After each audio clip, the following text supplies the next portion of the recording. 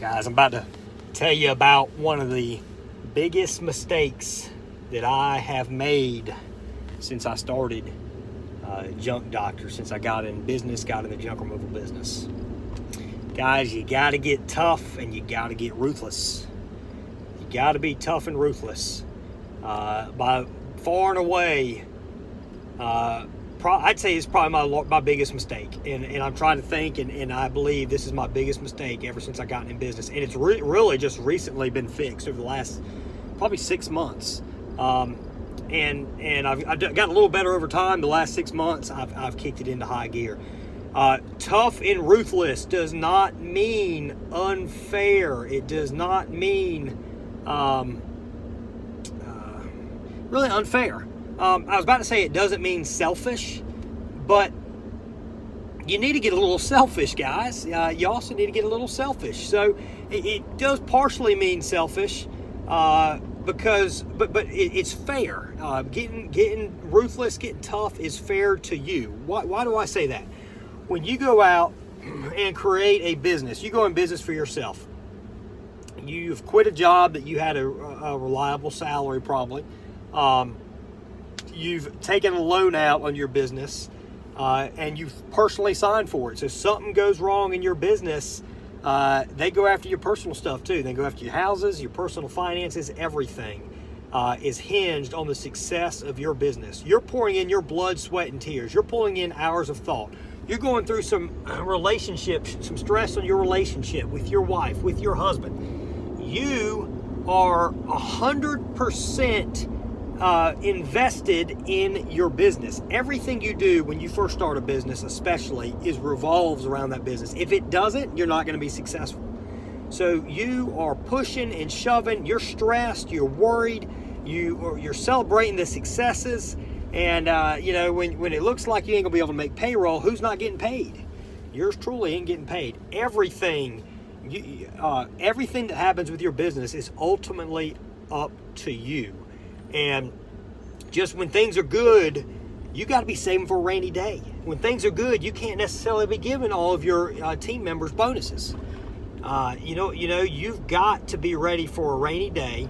You've got to be ready for business to slow down. You've got to be ready for the IRS coming in saying you didn't file something right, or the State Department revenue coming in saying you didn't file something right, or workers' compensation, you didn't file something right, you didn't pay enough. You owe us $25,000, $50,000, $100,000. And you're like, damn, I sure wish I had that money I gave back in bonuses. Guys, everything. You have tremendous amounts of stress in your life. And everything that occurs with your business, you're worried about. Your team members, the select few, there are a few that are going to be very motivated to make sure they get out there and they bust their ass and they treat the company like it's theirs. They treat your company like it is, like they're a partner in it, which they are. And those people that treat the company like they're a partner in it need to be rewarded the best you possibly can. And if you have to save for a rainy day and hold off a bonus, explain that to them. Say, listen, I'm worried about this happening. I'm not getting a bonus, and that's the reason that I want to hold back a bonus on you. We've got to get to this point where, I feel safe, and at that point, well, maybe, hopefully we'll all get bonuses if things keep going well. So the people that are good, reward them. But most of your team members, even if the people that are exceptional, reward them. Most of your team members, the good ones, which you shouldn't have bad ones for very long, but your good ones, you need to be fair with them, but don't feel like you owe them a tremendous amount. Don't loan them money. Loaning money is something we no longer do. We did it one time, we got burned. We did it a couple times, we got burned. Some, we no longer loan money. And I'm sorry, you just kind of let them know you're not a bank. You're an employer. They can work for their money, but you're not in the lending business. So with your team members, you need to get ruthless. You need to have performance standards. It starts with being on time. We don't tolerate people being late. You get 3 tardies per quarter with us. A 4th one, you have a sit-down meeting. A 5th one, you generally are let go. So And that's something we're pretty daggone firm about. The other thing is attitude. You got to have, everybody in your organization has to have a great attitude. Everybody has to have a can-do attitude. They have to be willing to work hard at 8 in the morning, 6 in the morning. They have to be willing to work hard at 8 at night, depending on how it is. They have to be consistently able to bring the heat to work for your organization. They've got to be positive. We don't allow any negativity. We got rid of our last negative guy about 2 months ago. We canned him.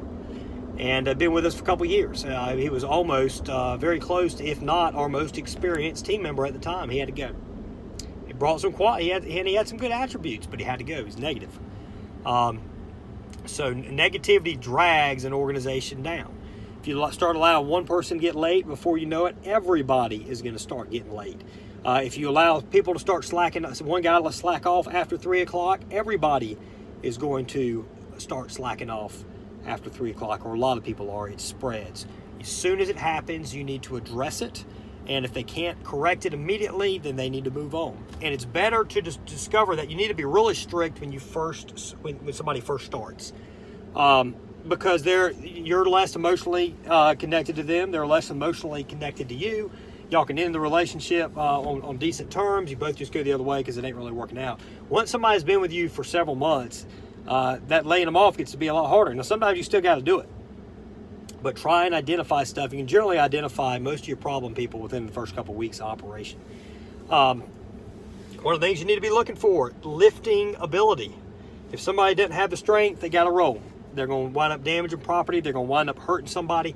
If the team member on the other end cannot trust that person to lift the item, he's going to be much bigger chance of himself getting injured or bumping the wall. If he doesn't have, you got to have complete confidence in the person you're working with to do this type of job. Now, I'm not saying go out there and fire after the first mistake. You don't do that. You give people a couple of chances depending on what it is. If it's something that's a little more difficult, you can give them a couple shots. But if you got somebody that's banging walls up repeatedly despite being trained, they made it messed up once and you retrained them and they're still doing it, it's lack of paying attention, lack of strength or something. They probably got to go. You can't be damaging customers' property. If you got one guy that's beating your trucks up every time you turn around, backing over stuff at the landfill, hitting mailboxes, getting in car wrecks, he needs to at least lose his driving privileges. Probably he needs to go. But if he's a really good team member other than driving, then maybe, you probably not try and hold on to him, but just be like, man, you can't drive. You can't drive one of our vehicles because you can't drive. I got somebody right beside me right now just hugging the line. Another daggone person that can't drive.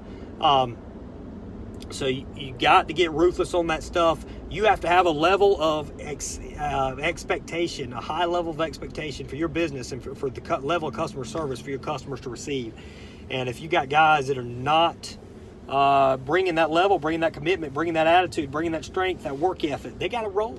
You got to get them on out of there. It's unfair to them, and it's really unfair to you. Got to get ruthless. You got to get a bit selfish. You're not going to make it long in business, or you're definitely not going to be as successful as you should be. You're taking the risk. You deserve the reward. And one of the hardest things for people is to realize that. You got team members working for you, making a lot less money from you. Sometimes not. Sometimes team members making more than you are. But that's another part of my point is you could be putting in a lot more effort and be making less money than these guys. And yet some of these people, even when that's the case, they're making the same amount or less than the team members working for them, and they're giving bonuses, they're loaning money, they're cutting breaks. Guys, you got to get selfish. You deserve it. Your wife deserves it. Your kids deserve it. Your future grandkids deserve it. Everybody in your family deserves for you to get a bit ruthless, to get a bit selfish, and to take care of your family. Now, take care of your team members too. When you start doing really well, maybe, and if they're putting through exceptional effort, again, reward them with bonuses. Don't give everybody the same bonus though. You need to reward those that work the hardest with the best bonus. And if you got somebody that isn't working that hard, you probably need to let them go. But you certainly don't need to be giving them a bonus, giving the good people the same bonus as the exceptional people. The exceptional people need to be significantly more on rewards and bonuses and all that kind of stuff. Got to get ruthless on your pricing with your customers. You show up, you got a price, You give them the price up front. It doesn't matter if it's cardboard boxes or whatever. If you charge by volume, you charge by volume. You walk up there, you give them a cost. If they want to negotiate, well, at that point you determine if you can negotiate. But guys, get ruthless on your pricing.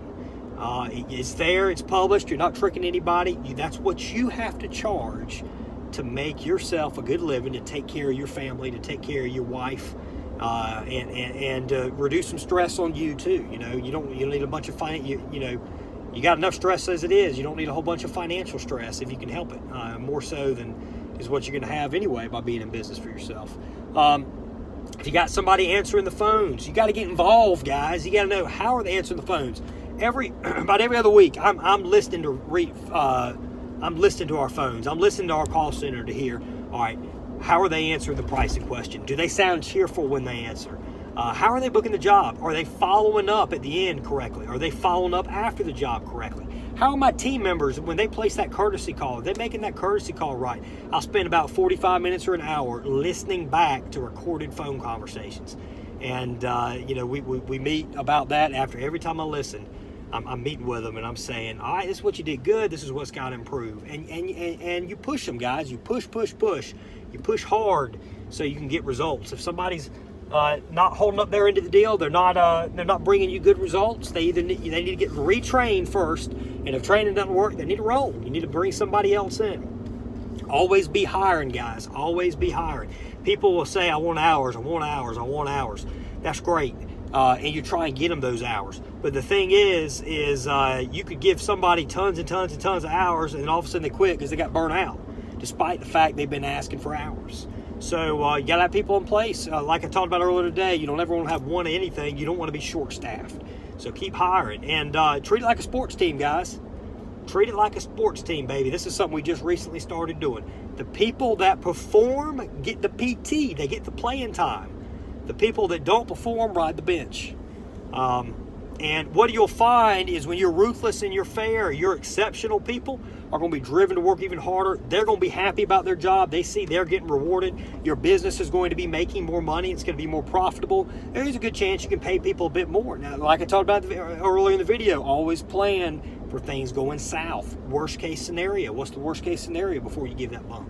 But if you determine you can survive the worst case, or worst comes to worst, you just got to, anyway, you can survive the worst case, then yeah, you might be able to bump the pay up a little bit. When you have more people, it's going to be easier for them to get time off. So that's what you have to do in your business. And one of the things also that'll come up is carelessness from team members, like putting gasoline in a diesel truck. That right there, it happened a few times. It happened twice from one person, and we created a policy. Listen, guys, these are diesel vehicles. This is a stupid mistake. It is a diesel vehicle. If you're a driver of this vehicle, you put gasoline in it, it's $500 taken out over a certain amount of paychecks, because that's between time down and what it costs us to get our mechanic in, dump out the fuel that we paid for, put the fuel filter change out the fuel filters on the truck, all the time involved. It's about $500 in expense. Tow bill, there'll be a tow bill back at the shop. It's $500 or more in expense. So we charge $500, and if you put diesel in it. So don't charge your team members for every single mistake. That isn't fair. Mistakes are part of being in business. But a careless error like that, or if it's a repeated error, they need to pay for it. And if they keep repeating it, even after they're paying for it, they got to roll, because you can't put up with just stupid, careless mistakes. So I'm telling you guys, you deserve to make more money than you've been making.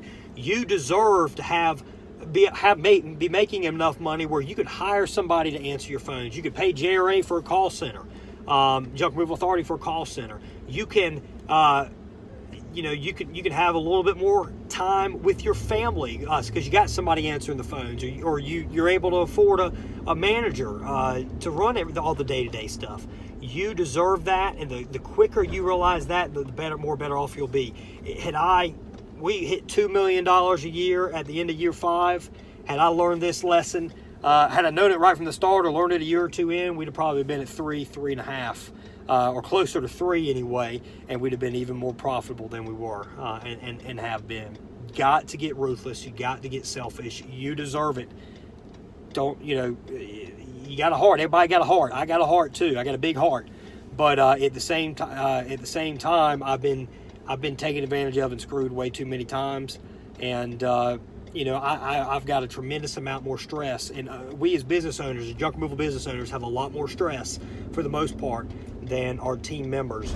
And it's very easy for us to look at them, as we're the parents, and we need to take care of them and give them stuff and all like that. But that's just not the case. You're not being fair to yourself. You're being unfair to yourself when you take that. So hope everybody found this useful. We got a junk removal made simple episode coming up. It'll download tomorrow.